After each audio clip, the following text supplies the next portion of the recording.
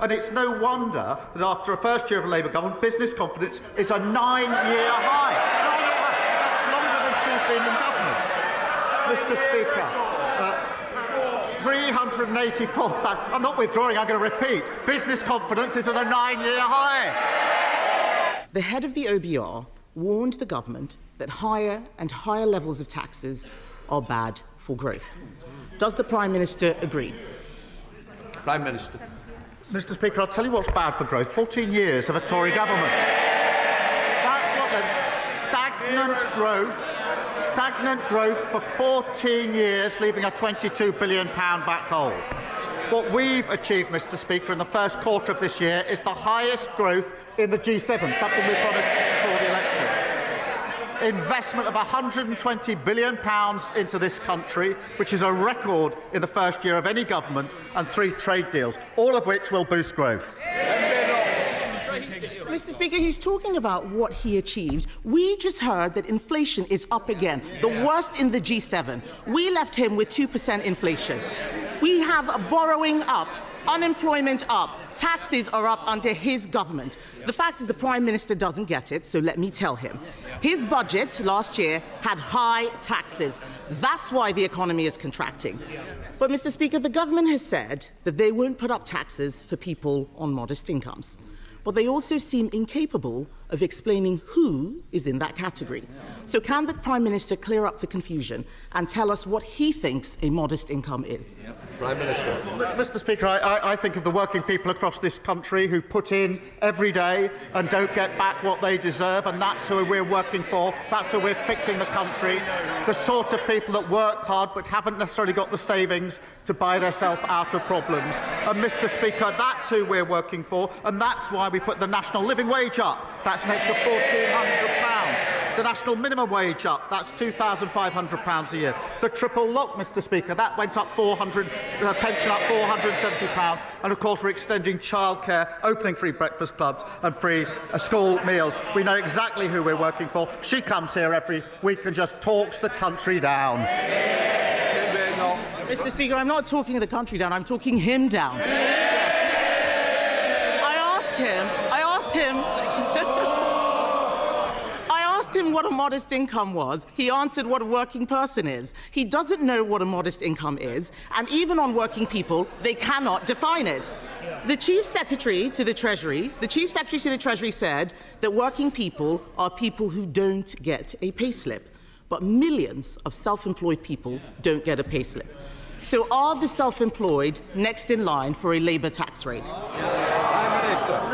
The self-employed were the very people who suffered under their watch, repeatedly suffered under their watch, particularly, if I remember, during COVID, when they didn't get the support that they needed. But she talks the country down, she cherry-picks.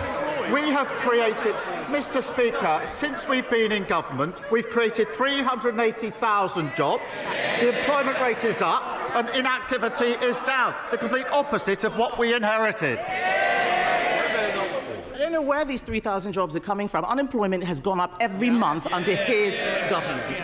And perhaps he should speak to farmers and small business people and find out what those working people think about his government. But, Mr. Speaker, that's not all. We know the Chancellor is launching a review into pension contributions. It's as clear as day why this is. It is because the government is considering taxing them. Does the Prime Minister agree with me that a tax on pension contributions is a tax on working people? Prime Minister. Mr. Speaker, we made absolutely clear manifesto commitments, which she asked me about last week and we're keeping to. I'm not going to write the budget months out from the budget.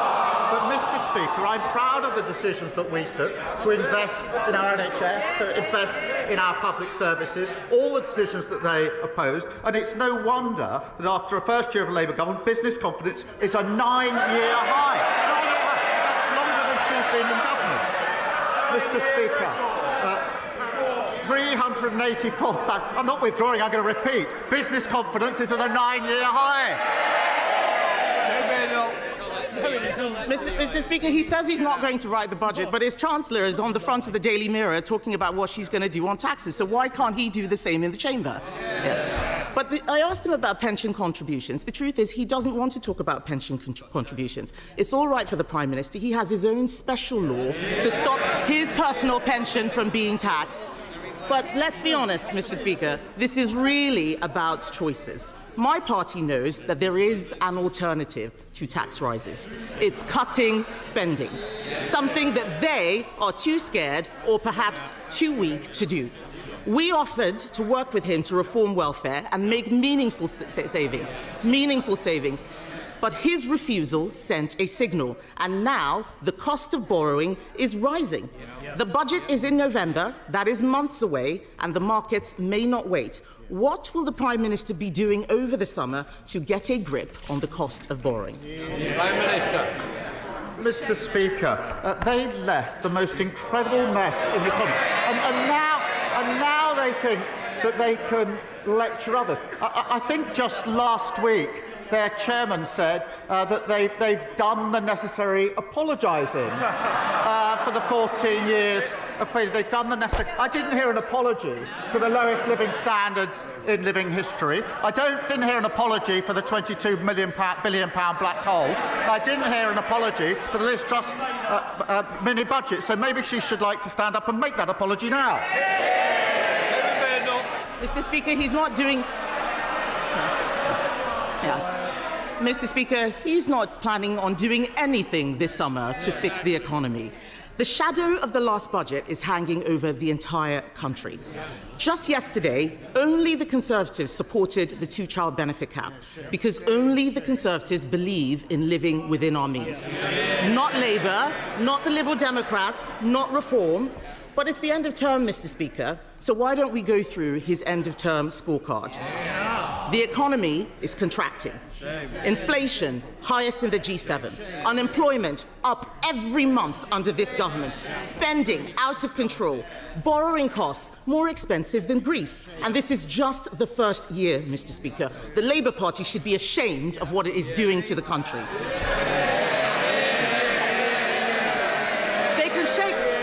Mr. Speaker, they can shake their heads as much as they like. The fact is, this summer, they're going to have to go to their constituents and explain why they've been making such a mess over the last 12 months. And isn't the case, Mr. Speaker, that the worst, given that this is just their first year, the worst is yet to come? We're happily going to go to our constituents. We're going to tell them we promised 2 million extra NHS appointments and we delivered 4 million extra appointments. Mr. Speaker, I've got to upgrade that. It's now 4.5 million extra appointments. So we're going to tell our constituents that. Then we're going to tell them about the free school meals we're rolling about, the free breakfast clubs, the free childcare and school uniform costs. We'll tell them about that. And then when we've done that, we'll move on to affordable houses and tell them about the £39 billion we're investing. When we finish that, we'll tell them about the rail and road upgrades across the country, the £120 billion investment, and of course the 3 trade deals. And Mr. Speaker, we're only just getting started.